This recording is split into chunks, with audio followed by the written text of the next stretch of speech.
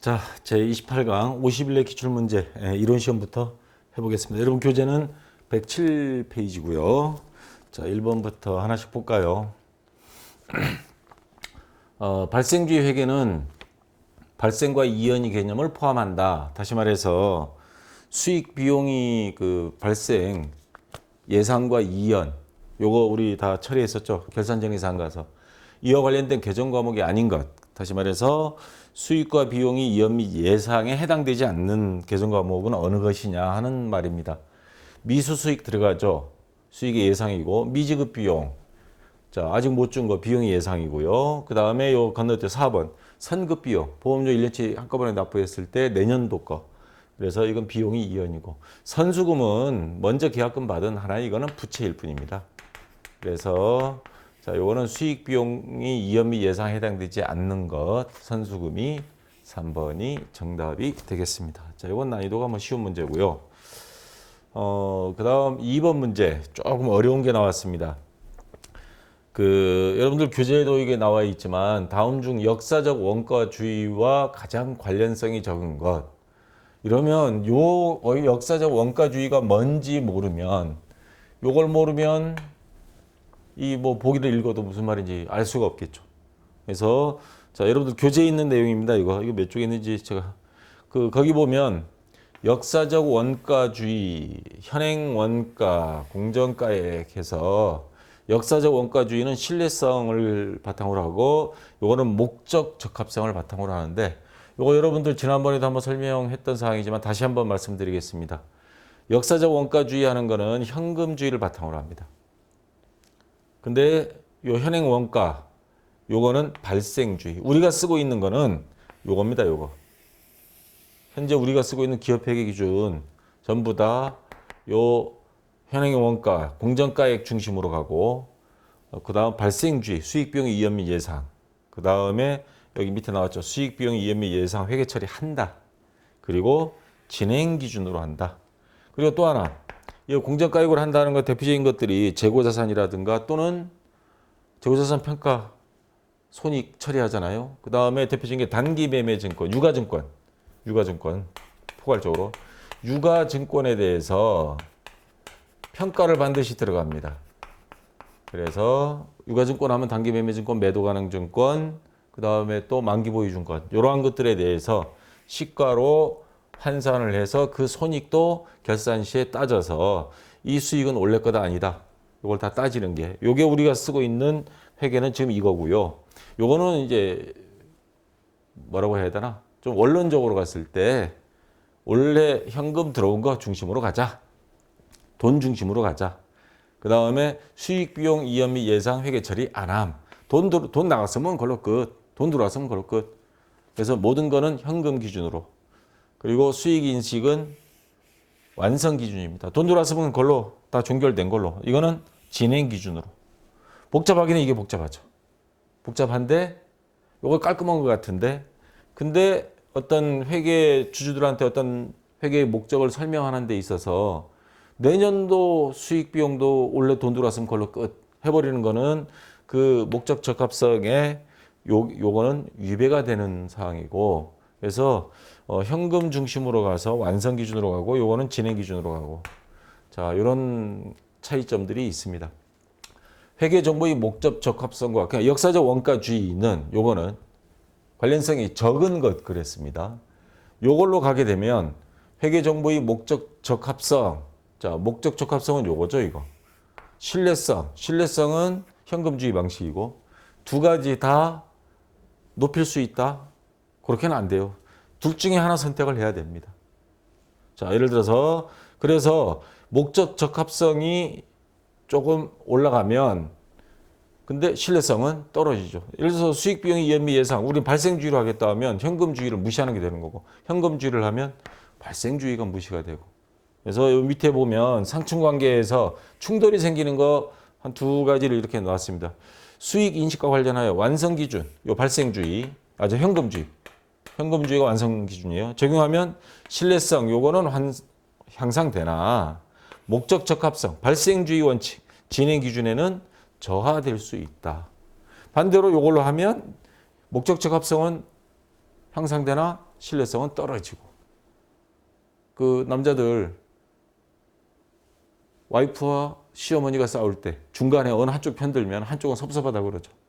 이럴 때는 양쪽 다 편을 들지 않아도 나중에 양쪽에서 다 공격받고 제일 남자들이 살기 힘든 상황이 바로 이런 경우입니다. 어느 한쪽 하면 이쪽 방법은 신뢰성이 떨어지고 이쪽은 올라가고 반대로. 자, 이런 상황이 회계에서도 있습니다. 그래서 모두 높일 수 있다 하는 말은 역사적 원가주의에 대한 정확한 설명은 아니죠. 그래서 1번이 정답이 되고요. 그 다음에 기업이 계속하여 존재할 것이라는 가정하에 정당화되고 있다. 이 두 가지 방법 어느 거든 간에 계속성의 원칙. 뭐 원래만 해서 계절 음식점도 아니고 웬만한 기업체들은 다 계속적으로 간다는 걸 전제해서 우리는 현금주의로 가겠다. 우리는 발생주의로 가겠다. 보통 현금주의 쓰는, 지금은 우리나라 기업회계준에서는 못 쓰게 돼 있지만 가계부는 다 현금주의죠. 엄마가 가계부 적다가 12월 31일 날 요거는 집에도 뭐 자동차 보험료 내잖아요. 그래서 비용이 이연시켜야 되겠네 그러면서 뭐 성급 보험료 이렇게 처리하는 그런 집은 없잖아요. 보통 집은 단순한 현금주의 중심으로 갑니다. 자, 그리고 어쨌거나 계속성의 원칙에 의해서 작성하는 건 맞고요. 취득 후에 그 가치가 변동하더라도 역사적 원가주의, 요거는 가치가 변동하더라도 처음 산 금액 그대로 그냥 가는 겁니다. 완성된 걸로 샀으면 그걸로 끝. 그래서 단기 매매 증권 같은 경우 샀으면 산 가격 그대로 두고 평가 주식이 올랐든 떨어졌든 안 하고 팔 때 처분 금액하고의 차액만 가지고 적는다. 이렇게 하는 거고. 자, 그 다음에 객관적이고 검증 가능한 회계 정보를 생산하는 데 도움이 된다. 그러니까 이거 두 가지 다 뭐 도움은 됩니다. 가계부 안 적은 것보단 적은 게 낫죠. 뭐 그 다음에 요 기업회 기준에 하는 거 회계 정보 나름대로 나옵니다. 근데 집에서는 현금주의로 해도 누가 뭐 의제기할 사람 없잖아요. 현금주의로 적어도 그 집에 현금 출납장 하나만 작성하는 건데 그래도 나름대로 회계 정보를 생산하는 데 도움이 되는 건 맞습니다. 자, 그 다음 3번 문제.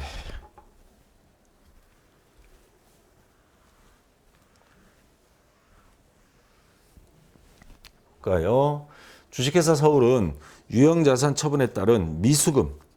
자, 미수금입니다. 포인트는 여기 있습니다. 기말 잔액 4,500만 원에 대하여 2%의 대손 충당금을 설정하러 간다. 자, 우리 지금까지 대손 충당금 설정은 뭐만 가지고 있어요? 매출 채권만 가지고 있죠. 매출 채권 요것만 지금까지 했습니다. 그래서 외상 매출금과 그 다음에 받으러움 요것만 가지고 대손 충당금을 설정했는데 매출 채권이 아닌 채권입니다. 그래서 여러분들한테 이 문제의 함정은 뭐냐면 요거에 대해서 어쩌고저쩌고 분개하다가 갑자기 대손상각비로 가는 순간에 뚫려버려요.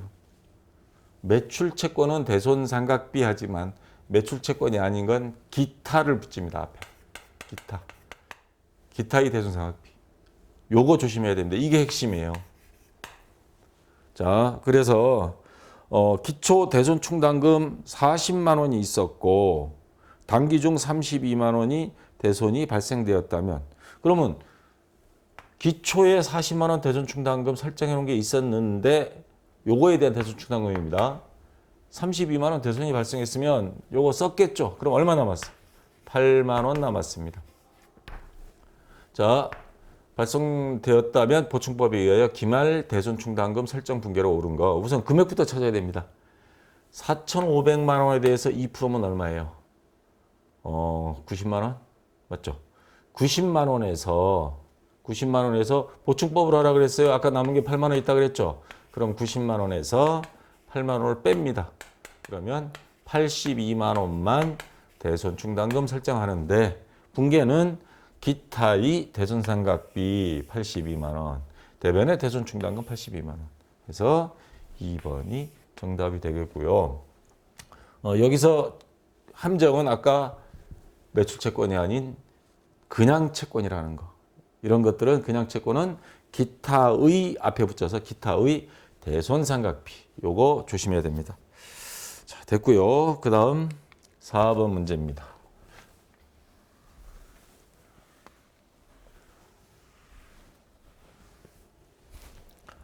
다음 발생하는 비용 중 영업 비용에 해당하지 않는 것. 자, 영업 비용에 해당하지 않는 것 하니까 아마 영업의 비용 하나 나왔겠죠. 거래처 사장인 김수현에게 줄 선물을 구입하고 5만 원 현금으로 지급하다. 김수현에게 선물을 줬습니다. 거래처라 그랬죠. 그럼 뭐예요 이거? 접대비죠 이거. 접대비. 접대비는 송금산입, 그 세무회계상으로는 송금산입 안 되지만 회계에서는 접대비가 비용으로 인정이 되고, 그리고 업무와 관련된 거죠. 사실 거래처에 뭐 주고 싶어서 주겠어요. 계속 장사하고 거래처 잡으려고 그러면 해야죠. 그러면 판매비 관리비 들어갑니다. 접대비는. 그 다음 2번 회사 상품 홍보에 5만 원 현금 지급하다. 홍보비죠. 광고 선전비, 판매비 관리비 들어갑니다. 외상 매출금에 대해 5만 원이 대손이 발생하다. 그러면 대손 충당금이든 아니든 자 대손 상각이 발생하는 거죠.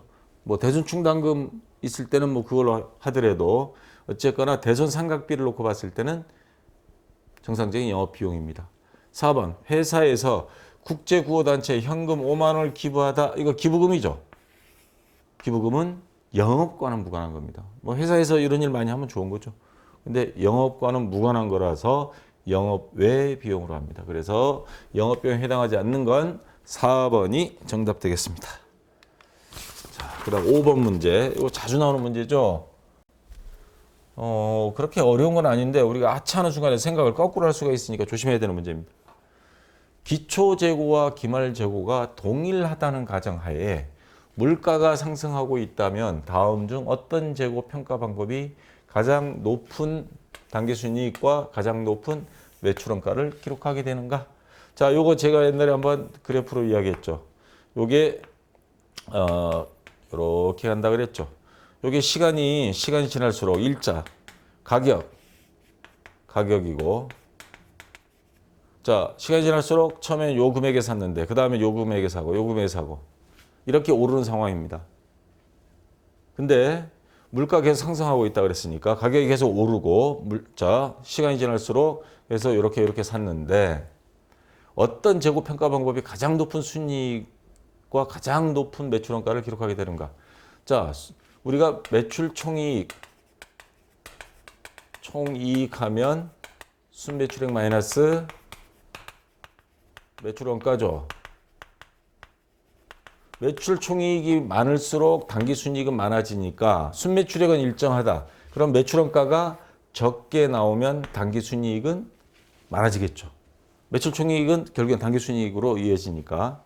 그럼 매출원가 공식을 보면 매출원가는 기초재고액 플러스 순매입 마이너스 기말이죠.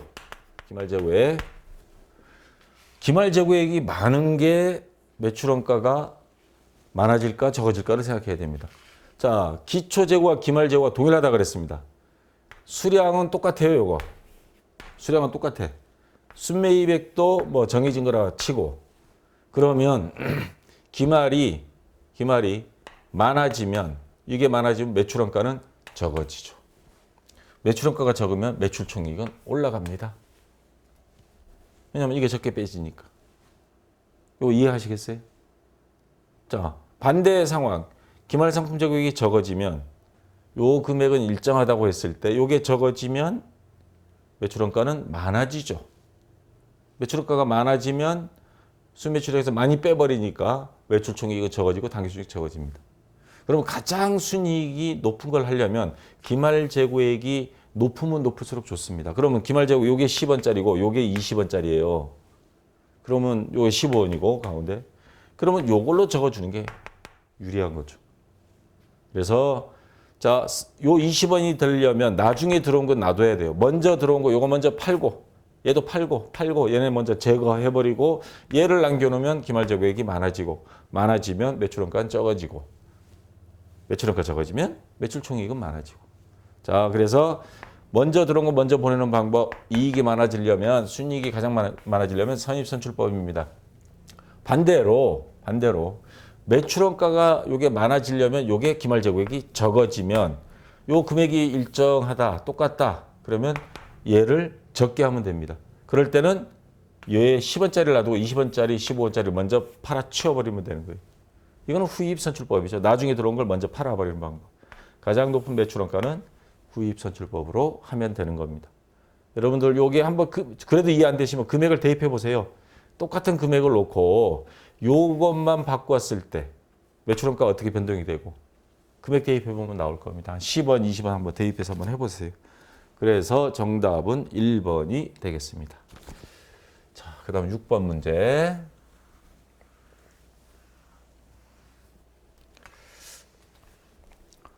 주식회사 경기 4월 기말 재고액이 기초 재고액보다 20만 원 증가되었고 4월 매출액은 270만 원으로 매출원가 20% 이익을 가산한 금액이라 한다면 단기 매입액은 얼마인가?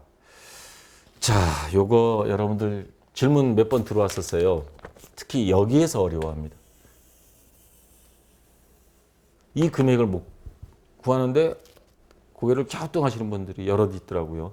자, 다시 한번 설명 천천히 한번 해보겠습니다.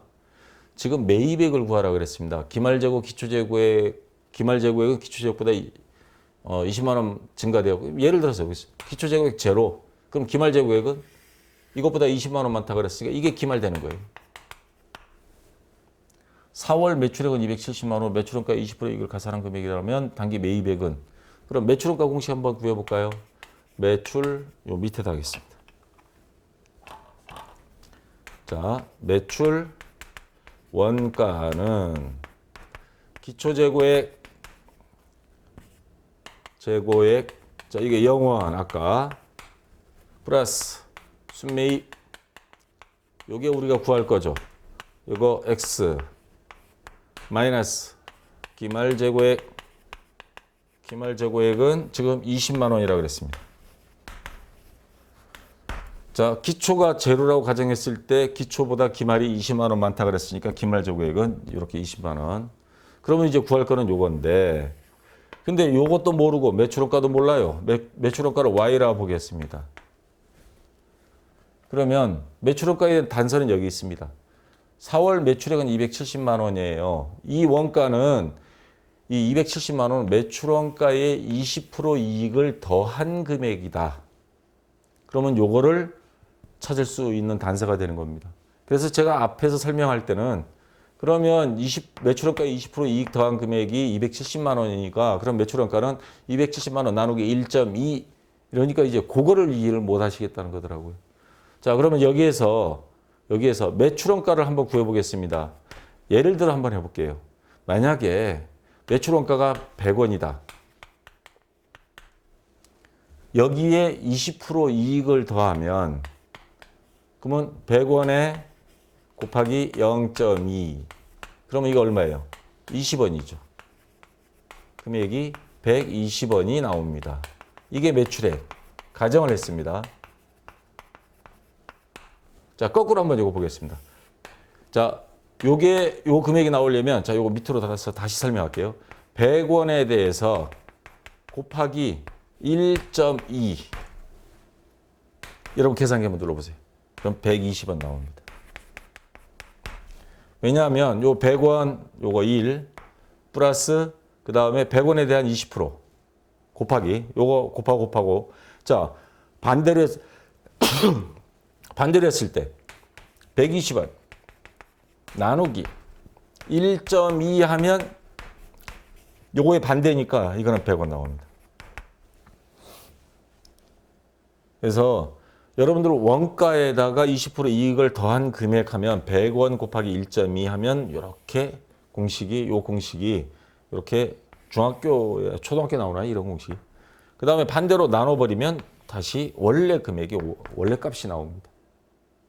자, 그러면 여기 같은 경우는 이거에 20% 이익을 더한 금액이 이거라 그랬으니까 그러면 270만 원 나누기 1.2 해보세요.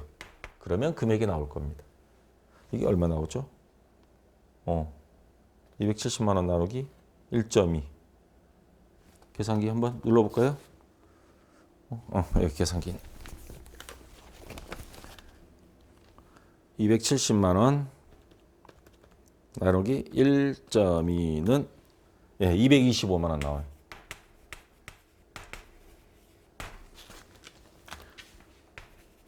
그러면 이번에는 요거를 거꾸로 한번 해보면 다시 곱하기 1.2 하면 원래 금액이 나옵니다.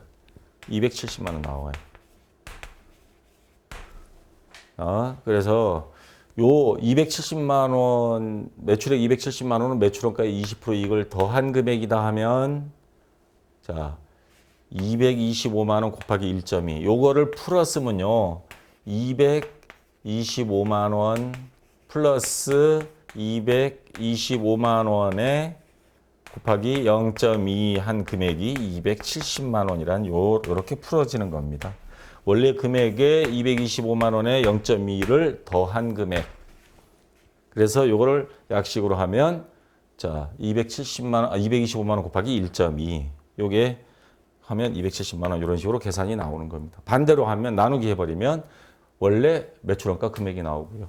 그럼 매출원가가 225만 원이라 그랬으니까 자, 이게 225만 원이면 그럼 기초재고액 제로 플러스 순매입액 X 마이너스 기말재고액 20만 원. 자, 그러면 X 값이 나옵니다. 이게 얼마가 될까요? 자, 이것도 하면 245만 원 맞죠? 45만 원. 네, 맞네요. 그래서 20만 원 빼면 225만 원. 자, 따라서 순매입액은 245만 원. 4번이 정답이 되는 겁니다. 자, 됐고요. 그 다음 7번 문제.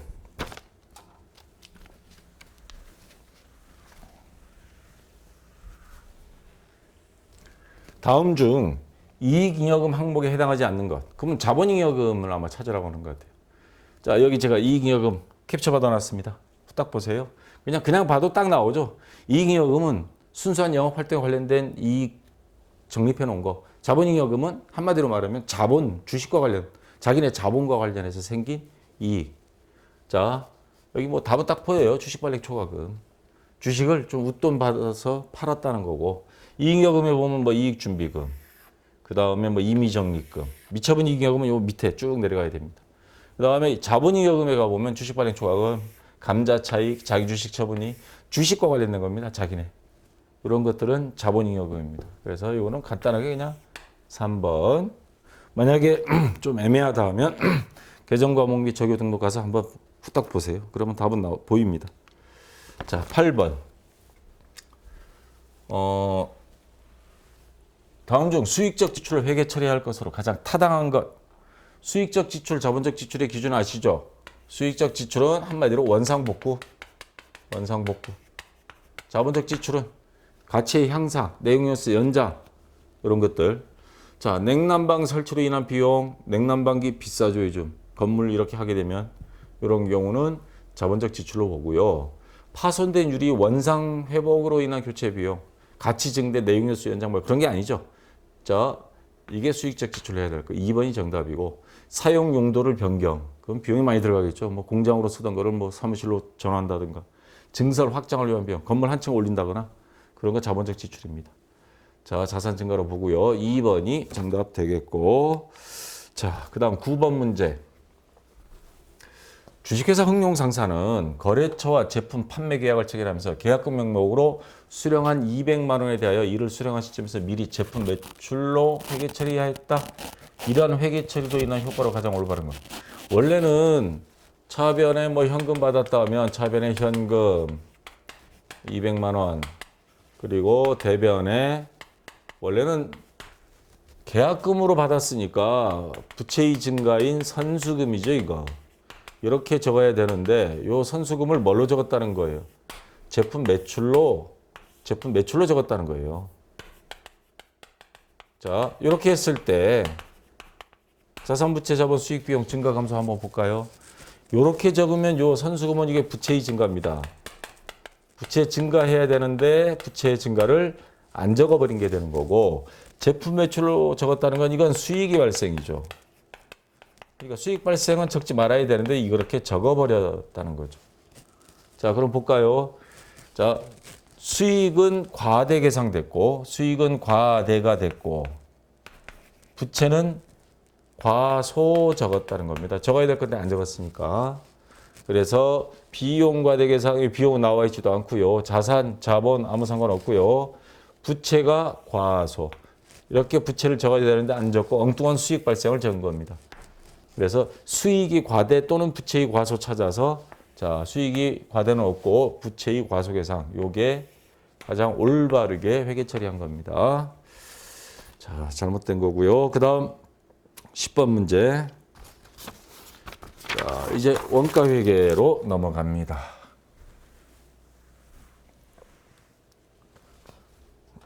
잘안 지워지네.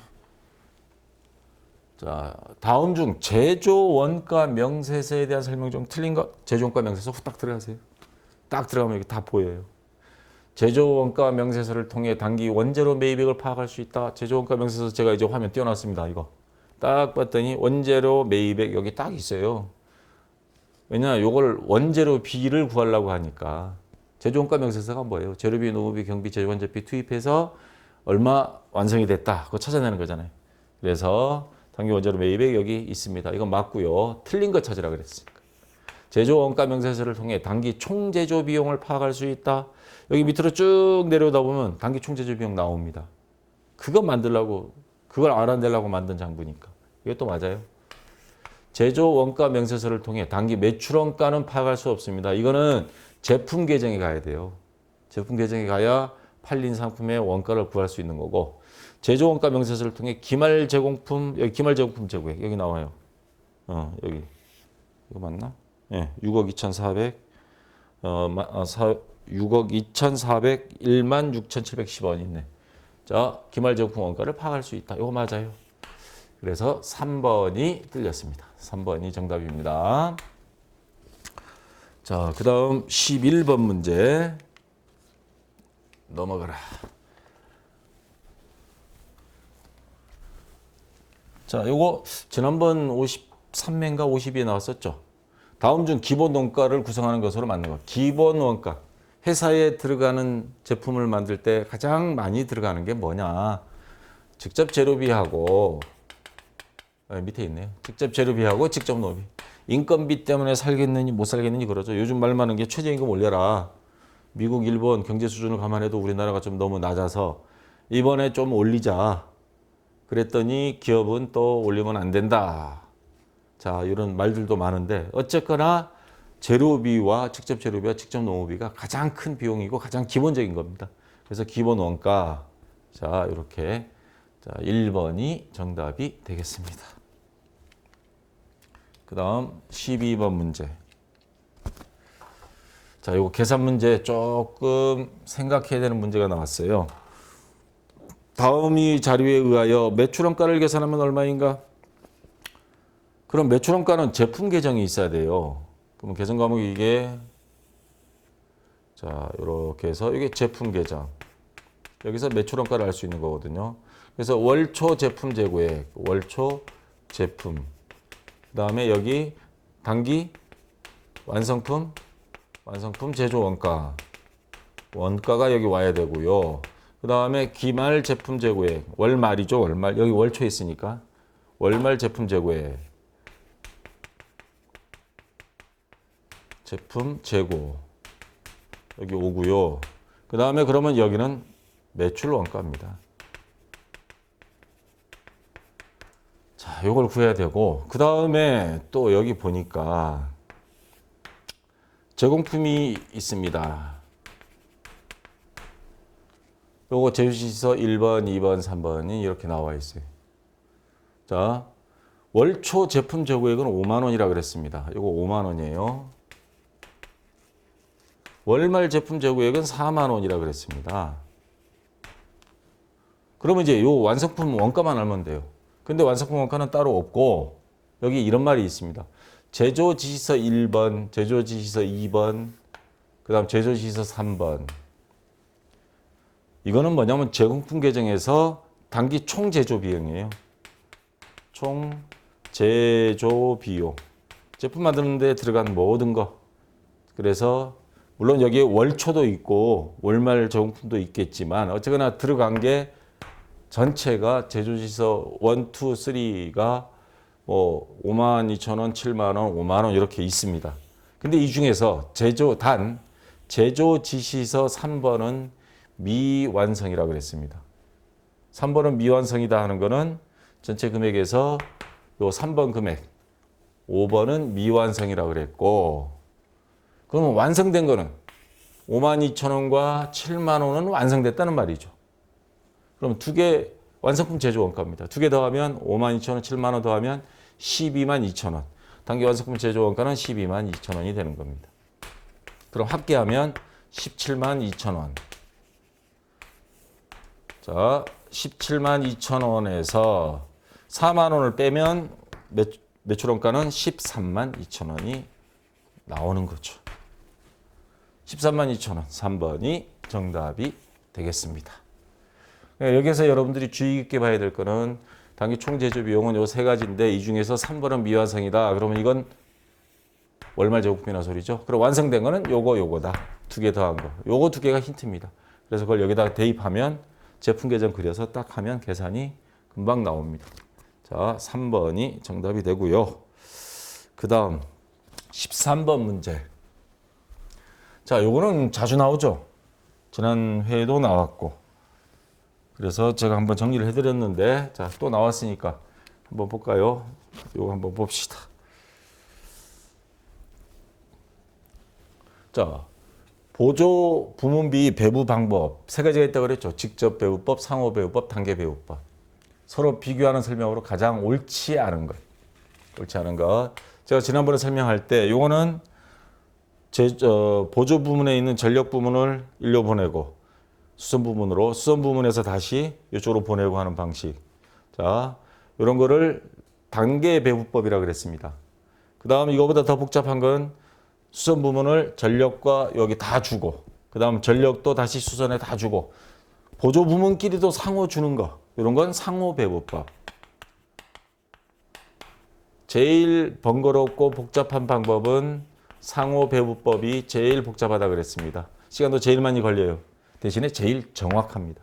그 다음 중간 단계는 전력 부문을 수선으로 보내고 수선은 이쪽으로 다 보내는 방법. 이거는 단계 배부법. 상호 부문보다는 조금 덜 복잡하지만 제일 간단한 방법은 직접 배부법이에요. 직접 배부법이 제일 간단하지만, 자, 단계 배부법은 이거보다는 복잡하고 상호 배부법보다는 덜 복잡하고 중간 정도입니다. 그 다음에 직접 배우법은 야, 무시하고 그냥 한꺼번에 다 보내버려. 뭔 너희들끼리 얼마 몇 푼 되지도 않구만. 이렇게 했을 때는 직접 배우법. 제일 간단한 방법이에요. 대신에 정확도는 제일 떨어집니다. 왜냐? 요거와 요거 서로가 주고받은 것도 있는데. 그래서 단계 배우법은 하나는 그래도 적은 거를 많은 쪽에 해서 한 번은 저 보조부문한테 주는 거고, 요거 상호는 보조부문끼리도 서로가 다. 자, 그럼 볼까요? 가장 정확한 계산 방법은 상호 배우법이다. 이거 맞죠? 가장 정확성이 부족한 거는 뭐예요? 직접 배우법이 가장 정확성이 부족한 겁니다. 그 다음 배부 순서가 중요한 계산 방법은 단계 배우법이다. 단계 배우법은요, 얘한테 먼저 주고 나서 그 다음 하는 겁니다. 그래서 금액이 수선 부분보다 전력 부분이 금액이 적죠. 그래서 적은 거를 많은 쪽에 갖다 붙이는 겁니다. 많은 거를 적은 쪽에 갖다 붙이는 게 아니고 배부 순서가 중요합니다. 그래서 야, 얘를 어느 쪽을 할 거야 했을 때 금액 적은 거를 제일 먼저 배부하는 거. 요게 핵심입니다. 맞고요. 계산 방법이 가장 간단한 거는 직접 배우법. 자, 요것만 여러분들이 잘 생각해 두시면 요 보조 부문에 대한 문제는 나오면 웬만하면 다 맞출 수 있는 문제들이에요. 그래서 정답은 2번이 정답 되겠습니다. 자, 그 다음 14번 문제. 이제 부가세 문제 두 문제가 나왔는데, 이 50일에는 부가세 문제도 좀 난이도가 조금 있었어요. 그래서 좀 헷갈릴 수 있는 그런 조건들이 좀 있는데, 자, 다음 중 부가가치세법상 과세 표준이 세금을 부여할 기준이 되는 금액을 말하는 겁니다. 과세 표준이 선정 방법이 옳지 않은 것. 재화의 공급에 대하여 부당하게 낮은 대가를 받는 경우, 자기가 공급한 재화의 시가, 이건 뭐냐면 그 자회사들 있을 때 보통 뭐 삼성, 현대 보면 자기네가 직접 계열사를 만들어요. 그래서 만든 계열회사에 낮게 주고 그래서 그 마진을 챙기고 비자금으로 쓰고 이런 문제들이 생길 수 있어서 부당하게 낮은 대가를 받은 경우는 시가로 해야 됩니다. 이건 잘못된 거라는 거죠. 이렇게 하는 건 이런 건 시가로 해야 된다는 거고 그다음에 재화의 공급에 대해 대가를 받지 아니하는 경우 아예 이거는 낮은 게 아니고 아예 뭐 돈도 안 받고 막 줘버리고 그런 문제가 생길 수 있죠. 이건 자기가 공급한 재화에 이것도 마찬가지 시가로 해야 됩니다. 그다음에 특수관계인에게 뭐 아까 그 회사 계열사도 있지만 또 개인적으로 좀 아는 형제 뭐 사촌 관계인의 용역을 공급하고 부당하게 낮은 대가를 받은 경우 뭐 이거나 마찬가지입니다. 뭐 특수관계에 있거나 아니거나 하여튼 이런 경우는 뭔가가 세금을 적게 내려고 잔대가리 굴릴 수가 있으니까 자 이것도 마찬가지 시가로 합니다. 단 4번 특수관계도 아니고 아무런 연관성도 없는데 용역을 공급하고 대가를 싸게 한 게 아니라 아예 안 받은 경우예요. 안 받은 경우는 요거는 과세 표준에 안 집어넣어도 됩니다. 왜냐하면 우리 그런 경우 있죠. 아무런 관계 없는 사람들이 노인네 혼자 살고 있는데 기술자가 회사에서 야, 그 자원봉사 차원에서 우리 가서 해주자. 그래서 대가도 안 받고 자기가 뭐 집을 다 수리해주고 그런 경우. 자, 이런 경우는 좋은 걸 의미로 봐서 그럼 뭐 기부 활동 그 뭐라 그럽니까 이런 거를 재능 기부라 그러죠. 제가 하고 있는 거. 제가 여러분들한테 인강 무료로 하면서 대가도 받지 않고 이렇게 했을 경우 요것 부가세 납부해라? 그거는 그러면 제가 못하죠. 아니 공짜로 주는 것도 순수한 의미에서 재능 기부인데 세금을 내라 그러면 못하죠. 그거는. 그러면 다 인강 유료화 시켜야 되고 이거 유료화하기 시작하면요. 서버 구축하고 비용 많이 듭니다. 또 그러면 또 무료 강의는 사라지는 거죠. 뭐. 자, 저는 여기에 위배가 되지 않기 때문에 하는 겁니다. 그래서 4번은 저 같은 경우로 보시면 될 거예요. 그래서 부가가치세법 제13조에 보면 대가를 받지 아니하고 타인에게 용역을 공급하는 경우 서비스입니다. 서비스. 제가 인간 서비스 경우 용역이 공급으로 보지 아니한다. 그래서 세금은 안 냅니다. 뭐 받은 게 없는데 낼 것도 없고. 근데 이런 경우는 뭔가 탈세 우려가 있어서 다 시가로 싸게 준 거는 시가로 내 신고해 이렇게 하는 겁니다. 자, 15번 문제. 아까 이야기가 나온 김에요. 지금 회원수가 보니까 대충 보니까 점점 증가 속도가 늘어나고 한 3,500, 4,000도 갈 것 같아요. 만 1년 아직 안 됐는데 저라면 진짜 2년쯤 되면 이게 10,000명도 갈 것 같아요. 근데 어떤 사람이 물어봅니다. 아이 돈도 안 되는 거. 물론 책 그거는 뭐 약간의 용돈은 생기지만 근데 그렇게 고생해서 하냐. 차라리 어디 학원 가서 강의하면 또 강사비 A급으로 쳐주면 좀 받을 텐데 제가 요즘 가장 그 정치권이라든가 언론 종편 같은 데서 못마땅스러운 것 중에 하나가 노인이 저희처럼 이제 50대 넘은 사람들과 젊은 층에 이간질 시키고 싸움 붙이는 경향을 조금 보이는 것 같아요. 괜히 노인들은 젊은 사람한테 부담만 주는 것 같고 젊은 사람들은 노인을 무시하게끔 이 분위기 이끌어가서 이게 지금 선거 영향도 있고 설문조사도 뉴스에서 발표하는 거 보면 40대 이상, 50대 이상 요거를 또 연령대별로 또 다 해놔요. 좌우, 보수, 진보를 나이로 기준으로 해서 전부 다 이렇게 해버리니까 늙어가는 것도 사실은 뭐 서러운 면이 없잖아 있는데 젊은 때 죽어라 고생했고 근데 어느 날 보니까 이게 싸움의 소지를 만들어 놨더라고요. 그리고 젊은 사람 일자리 노인들이 전부 다 그냥 늙어서도 먹고 살기 위해서 어쩔 수 없이 취직한 건데 젊은 사람 일자리 뺏어가는 식으로 만들어 놓고 그래서 이거는 좀 아니다 싶어요. 그래서 요즘은 제가 이런 말을 하고 싶습니다. 저희 회원들 보면 거의 20, 30대예요. 한 80% 이상이. 나이 먹고 그래도 연금 조금이라도 생활비 정도 저는 뭐 중간에 나와버렸으니까 조금이라도 생활비를 받는 입장에서 경제적으로 부자는 아닙니다. 저는. 근데 빚은 없습니다. 그래서 좀 나이 드신 분들은 젊은 사람들을 위해서 이렇게 재능기부 활동도 좀 하는 게 그게 옳은 게 아닌가. 서로가 서로 왼수 지지 말고 그런 것도 조장하는 사람 무시하고요.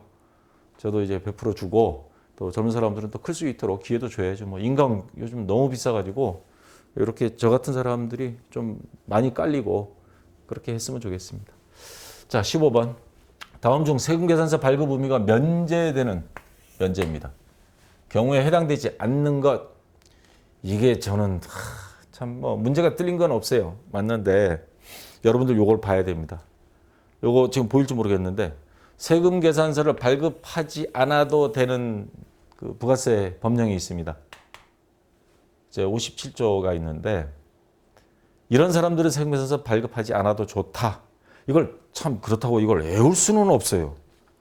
외우기는 한계가 있잖아요. 그렇다면 가능하면 이해를 한번 해두시면서 어쩔 수 없는 경우만 암기를 하세요. 이런 경우는 부가세를 발급 안 해도 됩니다. 세금계산서입니다. 택시 운송, 노점, 행상, 무인 판매기 사업자.